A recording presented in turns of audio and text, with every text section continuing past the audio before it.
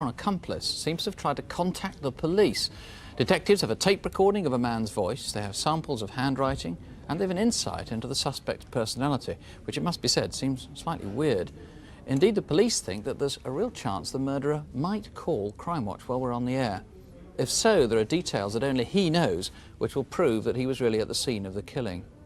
The police now want to see if you can help make the pieces fit together, and maybe fit someone that you know.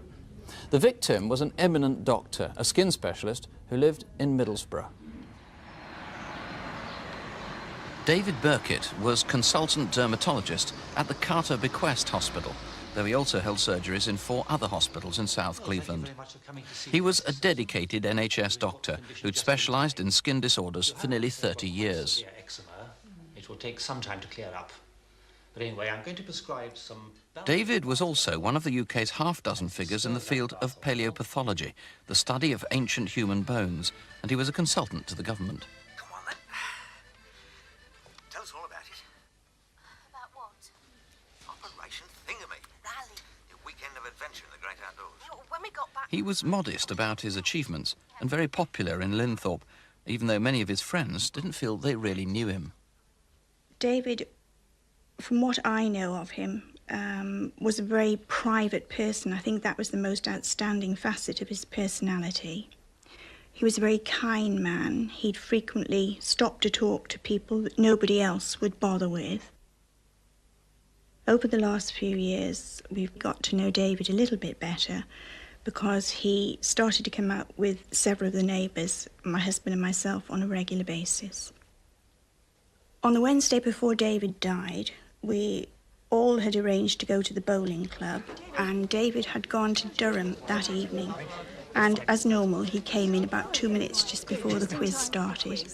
He must have driven very fast to get down from Durham. Yes, at I this did. time, My anyway. goodness, it's cold out there too. Is it really? It is. Yes, I'll soon like that. Good evening, ladies and gentlemen. We're going to start the quiz now. The first question is, how do frogs breathe underwater? We know the answer to that, don't we? Second question, where are the heights of Abraham? Oh, I know that one. In the group, he had the best intellect out of all of us, really. He had an outstanding intellect, general knowledge and ability. It's the day of his death, Saturday the 3rd of February. David was divorced and lived alone, and his routine on Saturdays was to go down to the shops. Oh, Virgin flight brochure, please. Right, certainly. There you go. Oh, thank you. Is it business or pleasure this time? Oh, a bit of both, really. I'm taking my daughter with me on a trip to America. Oh, very good. When you got your date sorted, give us a ring. I will do. Cheerio. Bye-bye. Dr. Birkett was seen in several other shops in Linthorpe and in Middlesbrough town centre before returning home to Cornfield Road. He lived here for 13 years, 3 of them alone, though he saw a good deal of his former wife and children. He began to prepare his evening meal, and at about 5:20, one of his neighbours cycling down the lane adjoining David's house saw him sitting alone in his kitchen. It was the last time David Birkett is known to have been seen alive.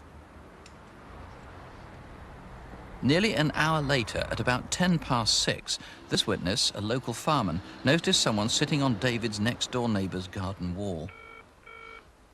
David usually went out with friends on Saturday night, but by 6:30 he'd still not been in touch to make arrangements.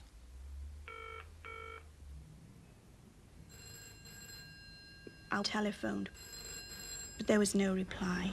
At 7:20, there was nearly an accident near David's house. Bloody stupid thing to do. About 10 to 8, I ran to David's house and dropped a note in the door asking him would he let me know by 9 o'clock what he was going to do that night.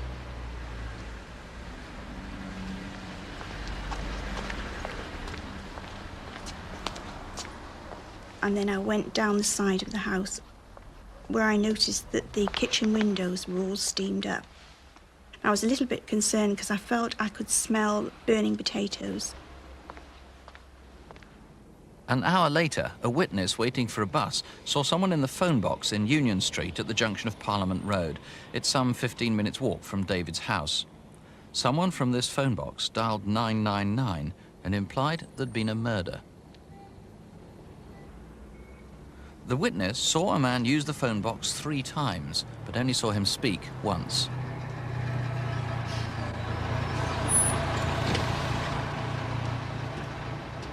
He remembers the man walked away down Parliament Road. Hello? It's Frank.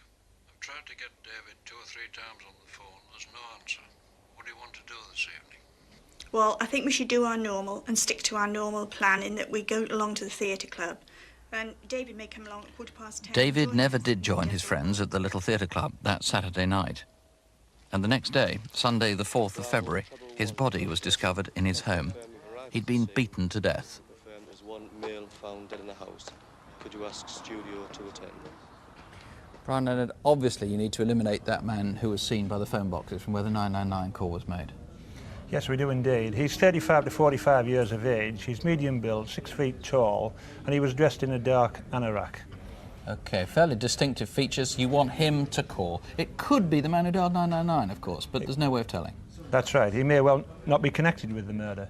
OK. But obviously we need to trace and eliminate him from the inquiry. Now, not only did someone ring the police, but someone wrote this letter to you. Now, this is the first page of it, which is stenciled, and I gather people who know about stencil say it's fairly well done. That's right. This next page is more interesting. It's got a verse here which seems about martial arts. Heaven and earth are my parents, Psyche Tandon is my home, Stoicism is my body. Very interesting, this line here. I can throw my life away at an instant. Can you? Yes, we've received many anonymous letters, but because of the content of this particular letter, we're rather interested in finding the author of it. It's very important that we find the There were writer of that details letter. in this that suggested he really knew inside that house that he knew something about the crime. Indeed he did, and about the activities of the doctor himself. And you think that the murderer or the accomplice might actually ring the programme now? That is always a strong possibility. We cannot discount that. OK. Obviously, whoever rings up, they'll be asked if they can give us details which will prove they are what they say they are. A skull is missing, one of the skulls that the doctor was working on at the time. Yes, this is a skull he'd had in the house for some considerable time. It had damage to the left eye and to the rear of the skull. And obviously we need to find that skull. He used it for lecturing purposes. He may have loaned it out, but of course the killer may have taken it from the house. OK. And this bag was found This was found in the house, near to the body. It was left by the murderer. We've checked, and with the occupants of the house, the cleaner, it certainly wasn't there before Dr. Birkett was killed. OK, in itself not, of course, very useful, but if you can link it together with other things. Remember, this killing is a very brutal and very weird one, and the killer might strike again. Please help if you can. 081 811 8055. That's 081 811 8055. Or if you want to ring the Middlesbrough local incident room, try 0642 300 200. That's 0642, the code for Middlesbrough, 300 200.